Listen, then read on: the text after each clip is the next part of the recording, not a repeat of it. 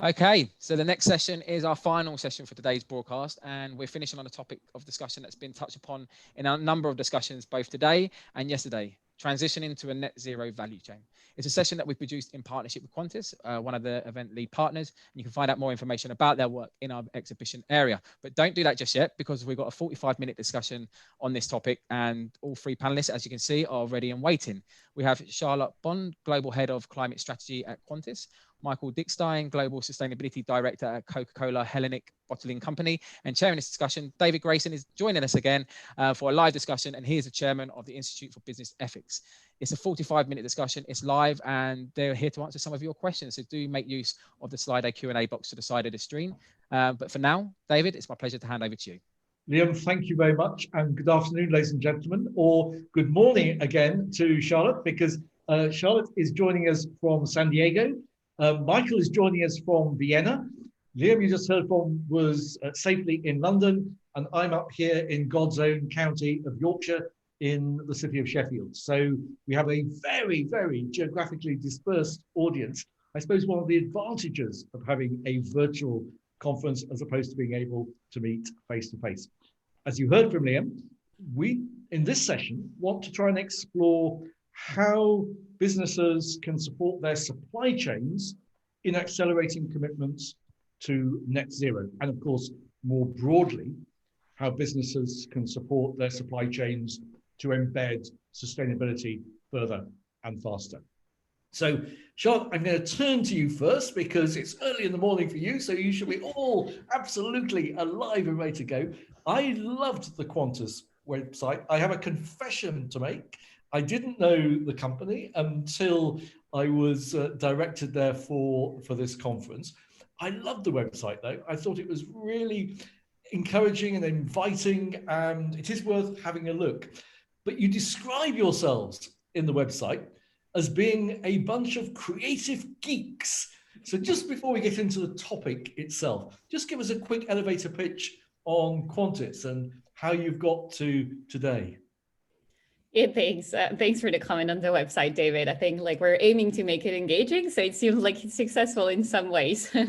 So in a few words, because I'm sure some of you might also not know for the audience. So Quantis is a sustainability consultancy that really focuses on supporting our partners transform their business to become sustainable. And the journey started quite a few years ago in 2006. And we were initially founded as a consultancy that focused on scientific metrics and assessment.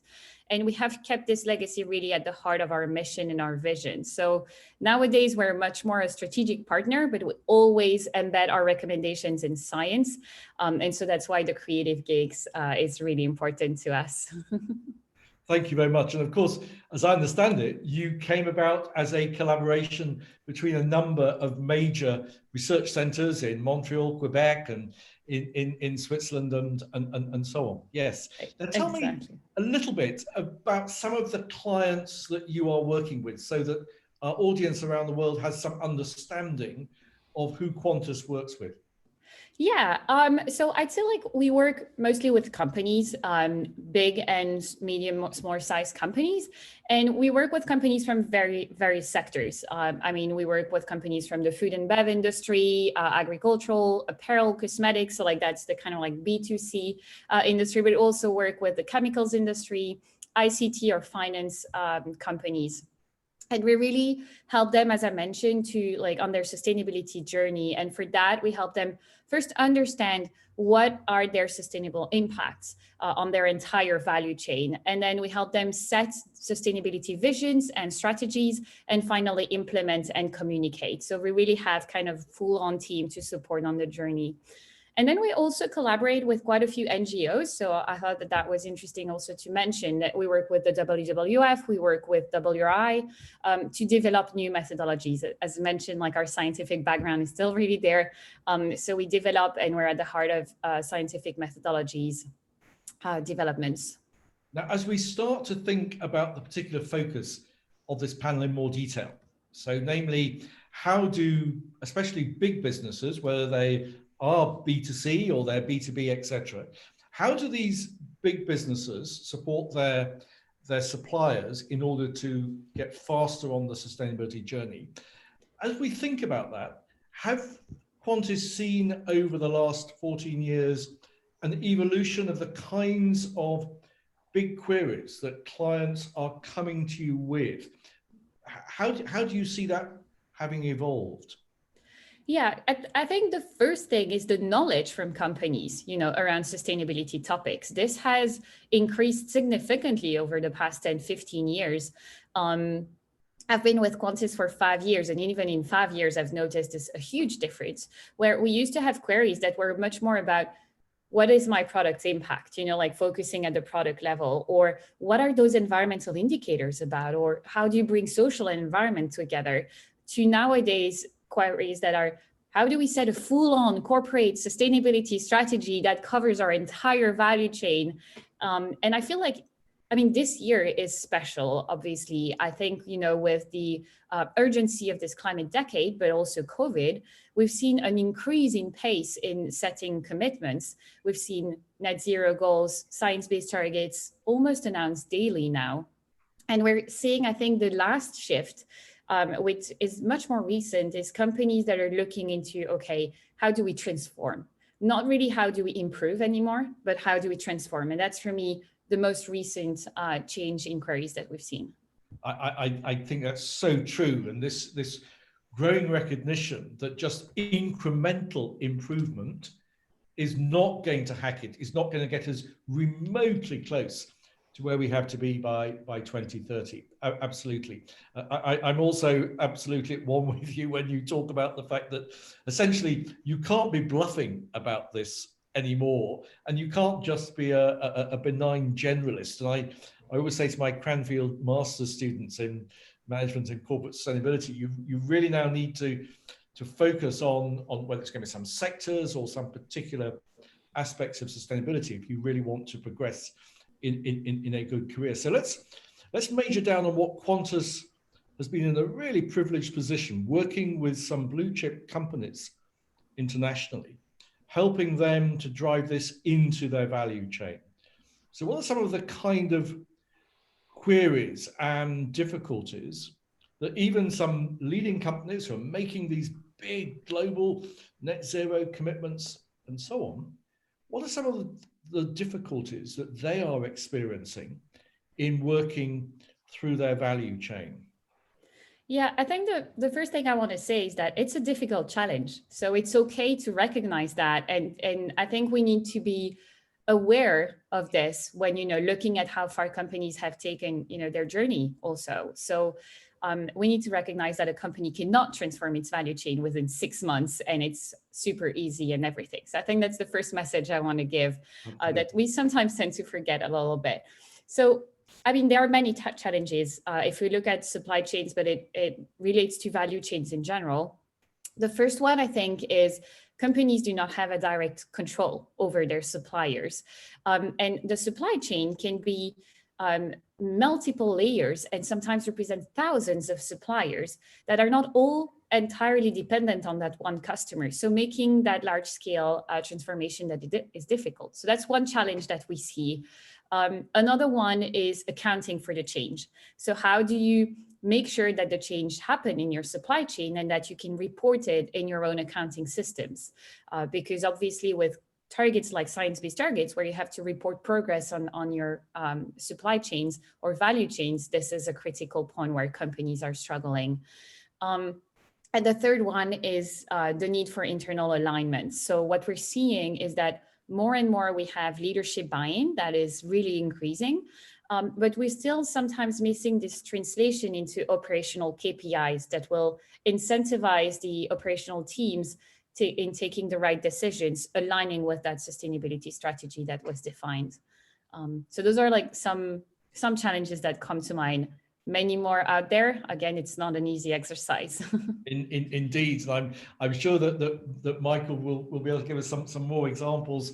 At least I hope he's going to be able to in a few minutes. But if we can just pursue a little bit further this point in the meantime. And so, let's differentiate between a big business that's working with a supplier, where the big business is a very significant part of the supplier's business, versus one where even a Unilever or a L'Oreal or a Procter & Gamble or Coca-Cola, etc., are relatively small customers for a supplier. Let's just differentiate those. And what are some of the effective tools that you are seeing Qantis clients, with your help, I'm sure, using which tools particularly where they do have quite a strong whip hand over a supplier because they're such a big part of its business? Yeah, and I very much appreciate your distinction, because I think it's something that is extremely important to understand the diversity of supply chains we're facing, and the fact that the strategies to transform these supply chains will be completely different. I mean, if you look at that big player situation where, you know, you are the one influence on your suppliers, what you can see sometimes is a little bit the imposing kind of approach, where they will go to their suppliers and say, we need you to do this. And because they know that they have this influence, naturally, this is where they're going to go. What we recommend is to not take that approach, for a simple reason, is that we're talking long-term strategies. We're talking supply chain resilience.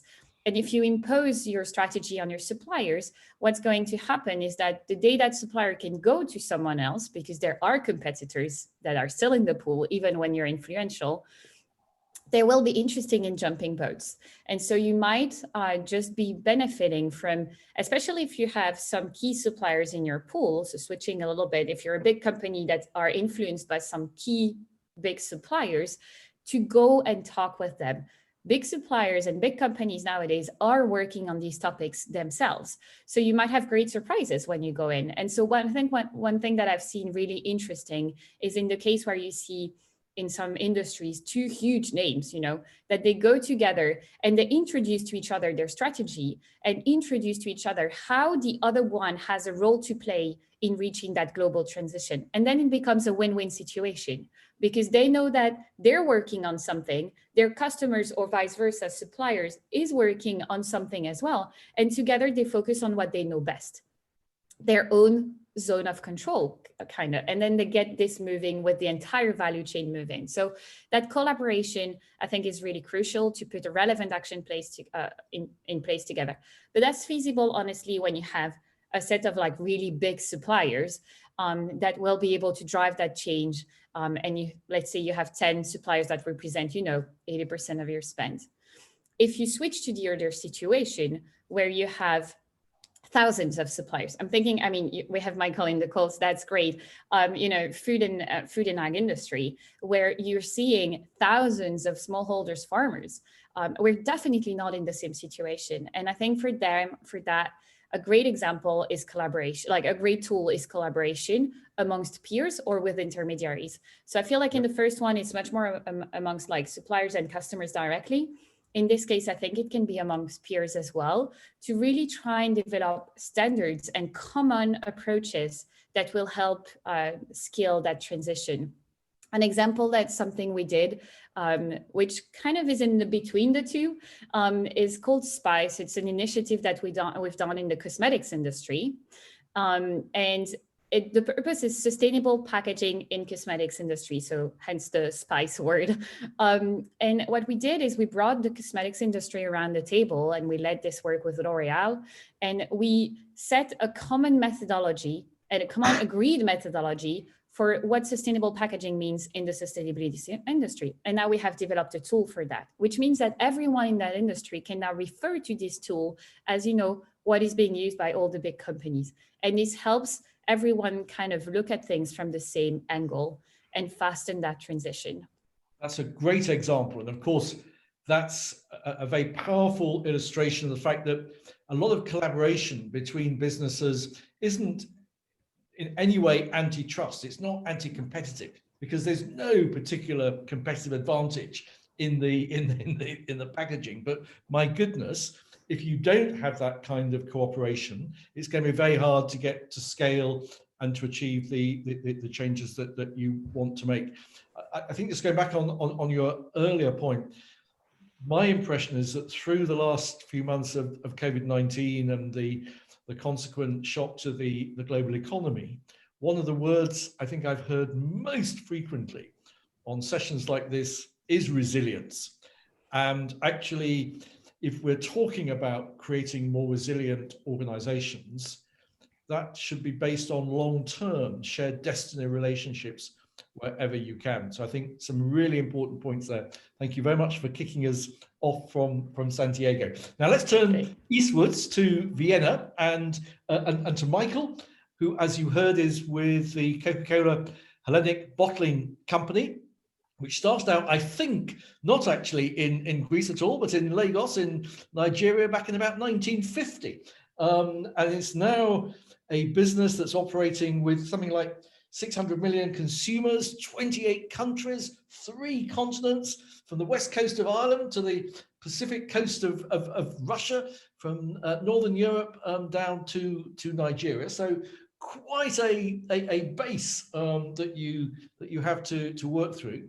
And Michael, you are a key person in helping to make your Mission 2025 a reality, which is your alignment of strategy with the Sustainable Development Goals, and some really ambitious commitments around stewardship, packaging, world without waste, ingredient sourcing, nutrition, as well as commitments around people and communities. I would be, as we say here in Yorkshire, I would be very gobsmacked. I would be amazed if you could achieve those goals without incredibly close collaboration through your value chain. So as you listen to Charlotte there, did any of the things that Charlotte was talking about in terms of some of the obstacles to working with your suppliers, did that strike any chords, ring any bells? It certainly did, and there will be several messages that I can reinforce and that I can put in the context of the business that we have. First of all, thank you very much, David, for this very, very nice introduction, this very colorful description of our business. Nothing to add to that. Let me provide perhaps just a little context of my thoughts about the topic. I mean, we're talking about transitioning to the net zero value chain, and that, in my experience, requires a very deep understanding of stakeholder engagement, and it also requires a holistic approach.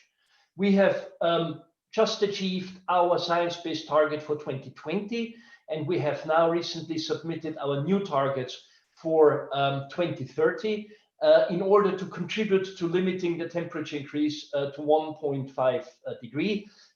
We will share some details at a later stage. And we're also looking into net zero as a concept. Now, allow me and just to dwell a little bit on your colorful description. This concept of science-based targets is actually, in my view, a masterpiece. It's almost like a Beethoven symphony comprising of 3 different movements, where you've got movement 1, or scope 1 actually, where you look into your own operations. Scope 2, or movement 2 if you want to, and you look then into the things that are the emissions that are purchased but you can control, and scope 3, which is pretty much then the area that you can only control indirectly by working closely with your suppliers, right? So when I look upstream and downstream, and perhaps we'll have a chance to look at the value chain downstream just a little later, but one example at this moment in time, think of plastic PET. We've got a very important job to do with our customers, with our consumers, to help the value chain understand that plastic in it per se isn't a bad thing. Single-use plastic is. And when you look at the carbon footprint, and we're talking about net zero, when you look at the carbon footprint of recycled PET, then that is actually much more beneficial than glass, aluminum, or carton.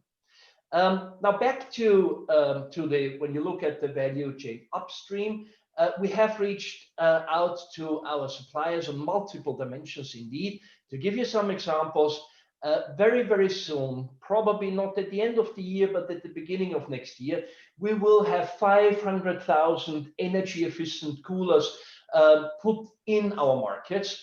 And that goes with very close collaboration with our customers, obviously, but also with suppliers. They help us to drive innovation in this respect.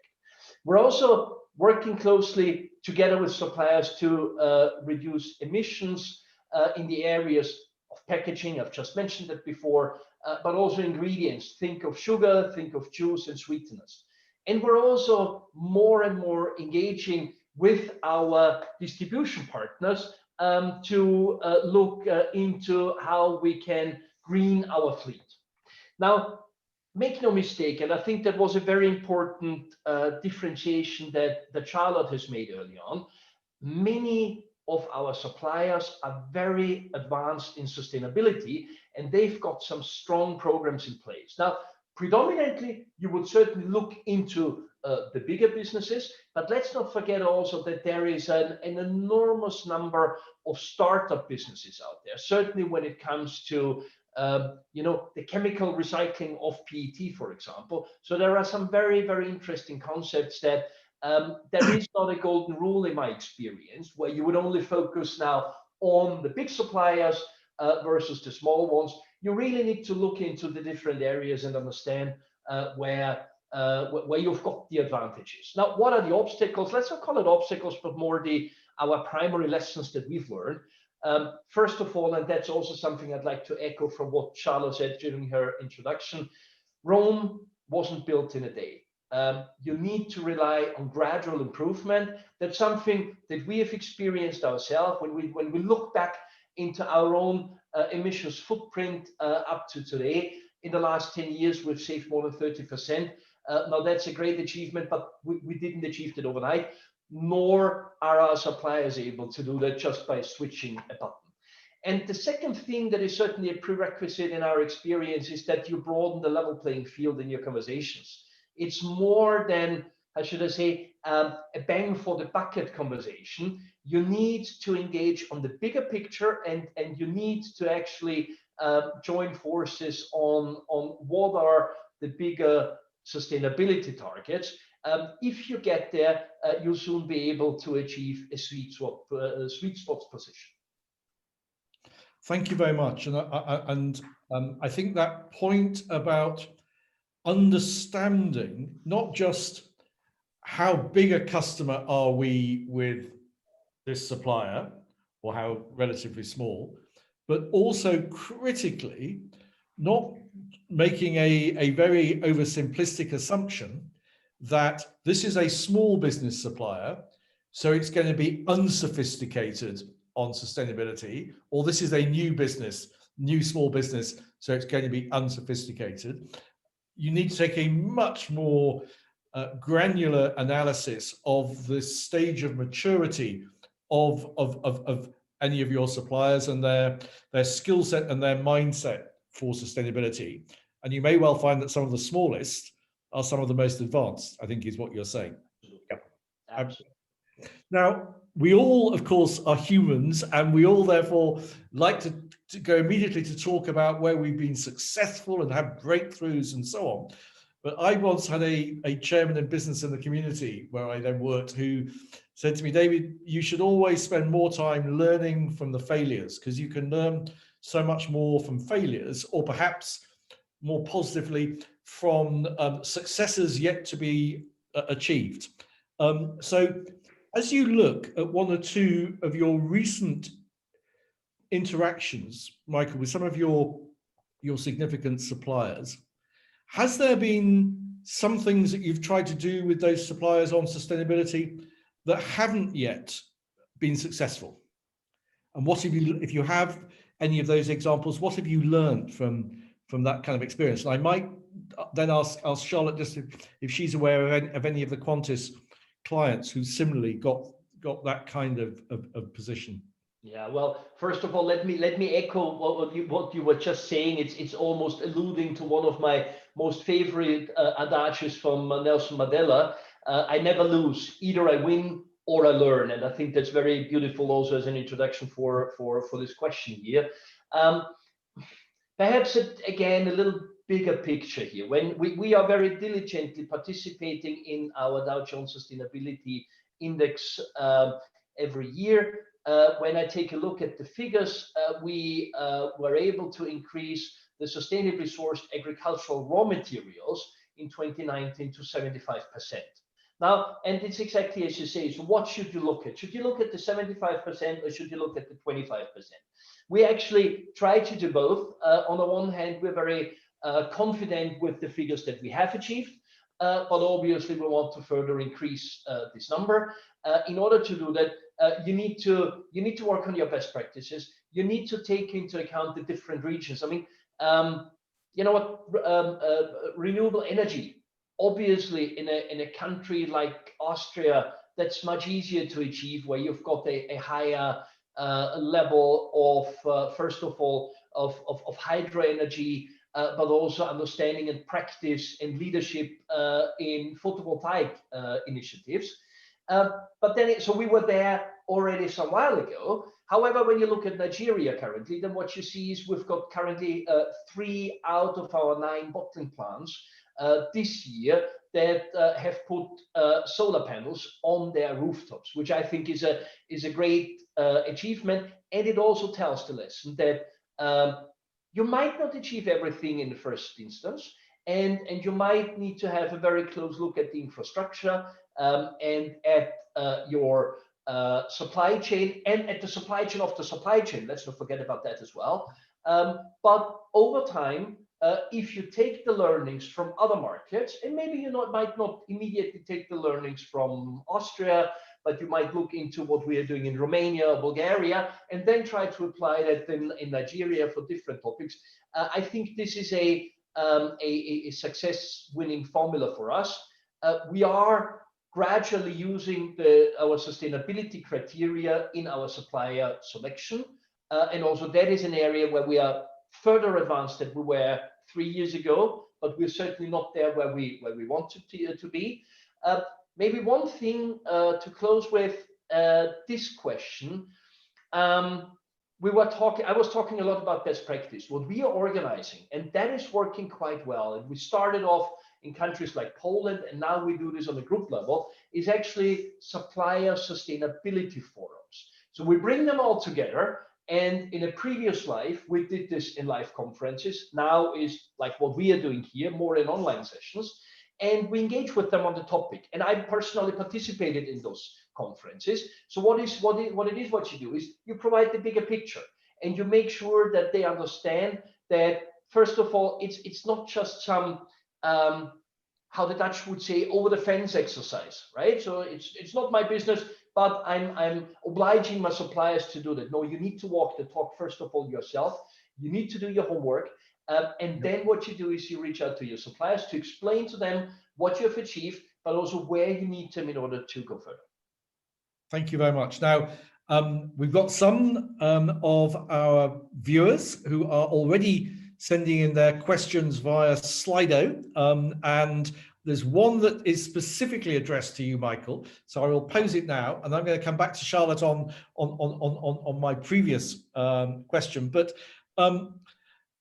Joseph, I'm not quite sure where Joseph is calling in from today, but Joseph says that in one of the earlier sessions of this summit that he was watching, he heard from both Bacardi and Heineken, who talked about collaboration being absolutely critical to meeting their 2030 goals. And I think we've heard, not least in terms of the cosmetics spice initiative that Charlotte talked about a few moments ago, about the growing importance of collaboration. And it's certainly something that I've been interested in working on for many years myself. But Joseph asked, are you, as the Coca-Cola Hellenic bottling company, are you increasing the quality and the depth, the extent of the partnerships that you're involved with us around sustainability, which may of course be with NGOs, or it may be with social enterprises or universities, as well as with businesses? Well, great question. Thank you very much for that. When you look at our track record, I think we are somewhat more privileged than other peers might be. We've got some great collaborations and partnerships already. When I think of our water strategy in the Coca-Cola system, so together with the Coca-Cola company, we've got a great partnership with WWF. It's called the Living Danube project, and it is right in the heart of Central Europe and in those markets where we are very active. And that was started, I don't know, I think it was 2012 or so many years ago, actually. So we've got an experience and a track record in doing that, not only with NGOs, but also with our customers. We are looking now a lot into retail partnerships. There is nothing specific enough at this moment in time that I could really disclose it here, but this is an intense area for us. I've already talked about our fridges and how we're looking into collaboration there. And the list goes on and on and on. Maybe just one thing, because it is contextual.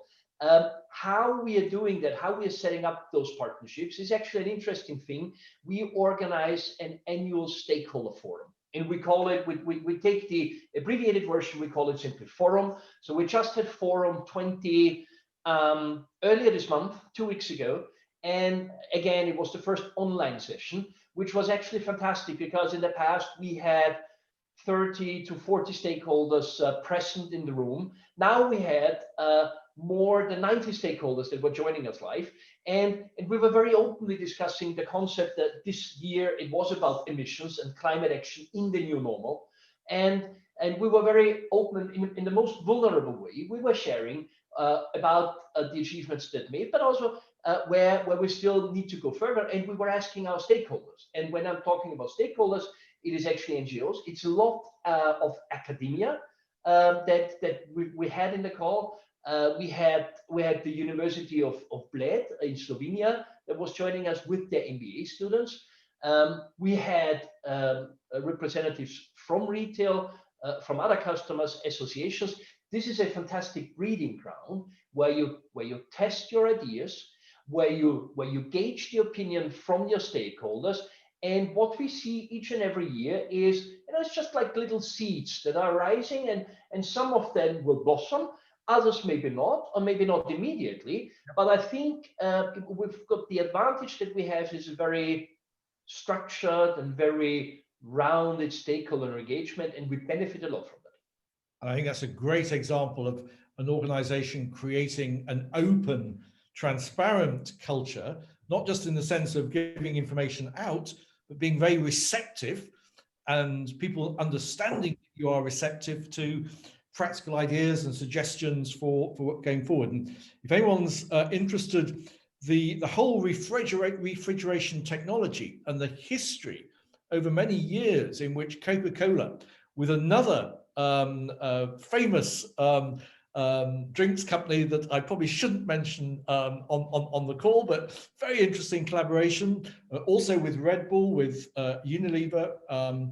together with the United Nations Environment Programme around refrigeration naturally. It's a great example of collaboration, even amongst otherwise fierce competitors. So a great story. Now, Charlotte, any examples that you can share with us? You've probably got to anonymize them a little bit, but where some of your key clients and perhaps you yourselves really learned from when you tried to do something in good faith with some suppliers, but it hasn't worked or it hasn't yet worked. What can we learn from some of those? And then linked to that, just looking at another of the questions that has come in, which is actually anonymous. So I can't say who's raised it, but they ask a good question. Has Qantas seen some change in the ambitions of your clients as a result of the pandemic?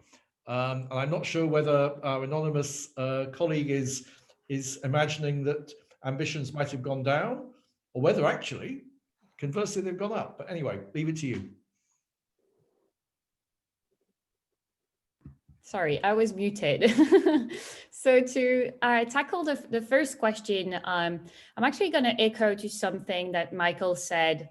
When you're looking at things that might not always work when working with suppliers, he mentioned this notion of regional differences. And I think that is a critical point.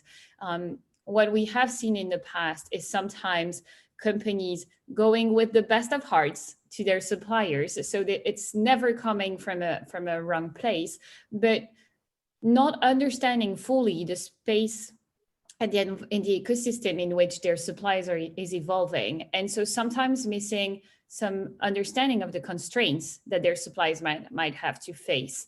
And so in that case, what happens is that you can have the suppliers that then feels like they're not understood. And so they're being asked something completely unreasonable for them, even if it seems very reasonable from the customer's perspective. And so I think that what Michael was mentioning about taking the time to discuss with your suppliers to understand what is their current situation is really key, because it's human not to know everything. Obviously, none of us do. And so understanding the ecosystem, not only environmentally speaking, but economically speaking as well, in which your supplier is evolving, understanding the regulations that they have, the competition that they have, to be sure that what you're suggesting is not going to just lead them to, lose half of their market shares as well, because they lose competitiveness or all of these aspects. I think are typical things that we see can slow down, if not completely stop a potential improvement. And we've seen it, it happens. And I think the main and the best thing to do is to recognize that we were missing a piece of information and to work with the suppliers then to try and find a common ground and to try and find that win-win situation where they can still evolve, they can still progress. And while the customer is still also seeing progress. And I think in that sense, what I also want to mention here that we've seen happening in some times and that I wish was not so much happening is the shift of suppliers. We see a lot of companies shifting their supply source to go to better sustainable suppliers. And I think that what we need is the world to change. We don't just need the leaders to be better by selecting better suppliers. And I think that the leading companies have a great position to try and change their suppliers that are in a difficult position. And this will drive more change than the companies that are already, the suppliers that are already on the right path. And so it's about making the difficult choices. I know it's not always easy, but that's, I think at the planet level, this is what we need. We need the difficult. I see that Michael is not super aligned with that. I don't know, Michael, if you want to comment on that.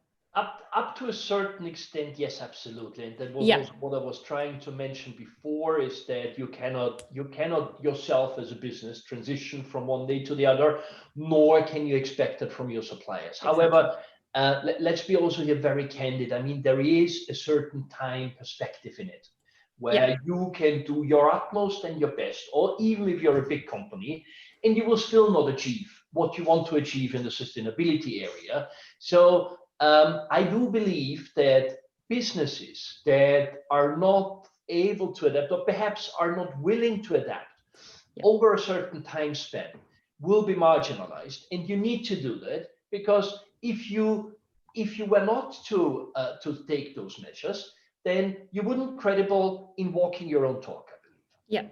Yeah, I think you put the right differentiation between the willingness point. I think that's really, for me, the key criteria is that willingness. A supplier that's not willing to change, yes, absolutely. You should not, trying to convince them is going to make you lose their time, lose your time.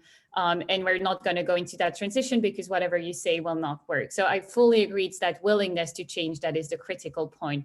If they are willing to change, work with them to help them improve. But of course, you cannot lose 10 years on your sustainability journey trying to change suppliers that do not want to go on that path. So thanks for that that notion, Michael. But if I could just across that, I agree very much with that kind of refinement of the proposition. I'm reminded of Mike Barry, who of course has been a regular contributor to many of these summits over the years.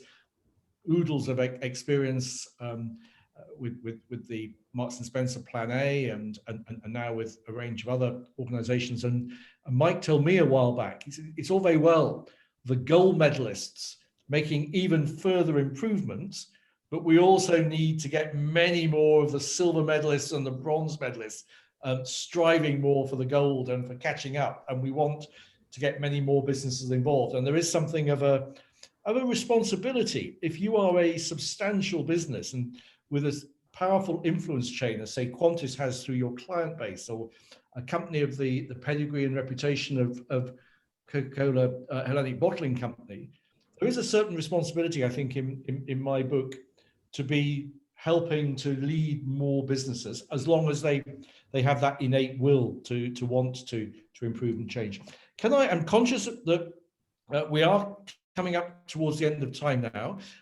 For anyone who's watching live, we started late, so the organisers have said we can stay on a little bit longer, but only for a few more minutes. So we need to wrap up fairly soon. But I think Liam and the team wanted to give you the flavour of what it's really like when we have a live event, that they don't always run absolutely to the second. And so we had to sort of replicate that a little bit as well, just to make it feel a bit more homely. I want to ask a question about, from your Qantis client's perspective and from your own experience, Michael, when you are helping some of those suppliers, they've got the will and you're helping them with the skill, and they make money, they save money from the innovations and things that you've helped them to introduce, or your clients have helped them to introduce, Charlotte. Do you actually probe and say, okay, well, now you've actually got your cost base down, you can give us a better price to us, which of course is a danger of being a disincentive. On the other hand, you are putting the investment in to capacity build these organizations and so on, so it shouldn't be entirely a free ride. How do you square that circle? I don't know if, yeah, Michael, if you want to go first, or if you want me to take that one first. Whatever you prefer, Charlotte. I can maybe just quickly, I am a big believer in the concept of eco-efficiency for internal reasons as well as convincing suppliers. Now, what you typically see is that this is kind of the results, the positive results, are not just a collateral that you wake up in the morning and you realize, oh, we have saved the amount X of emissions, and incidentally, we've also saved some cost. What you normally do is you set up a very comprehensive business case, and you do your calculations, and you calculate specifically the payback time and the payback period. And many of my colleagues who are perhaps in this call and are watching, and they work in businesses, they know that one of the biggest obstacles for moving towards a more greener agenda internally is the payback time, because it might not always be as quickly as for other projects. But the good thing is, when you calculate those business cases, you do that together. You work together, supplier as well as the company itself. So there is hardly any surprise then at the end of the ride. And therefore, I cannot think of any situation where we said, okay, so the supplier earned now so much money, and as a result of that, we want to have a bigger share moving forward. That would actually simply disclose that we hadn't done our homework at the very beginning when we did those calculations. Great answer, great answer. Thank you very much. Charlotte, just very quickly, any thoughts on that before I ask you both for your final reflections? Yeah, I think, a little bit like Michael said, I think that notion when working with suppliers is that you will need to share potentially the burden at some steps. So you will also need to share the wins. And so I think if you are in that mindset of it's a win-win situation and that you're working in this together, I will hope not to see these kinds of situations where this becomes a problem, and that we keep this notion of working together on this aspect. I haven't seen it firsthand examples where it was a problem. So that's the one thing I want to say, but it might be a situation in some cases for sure.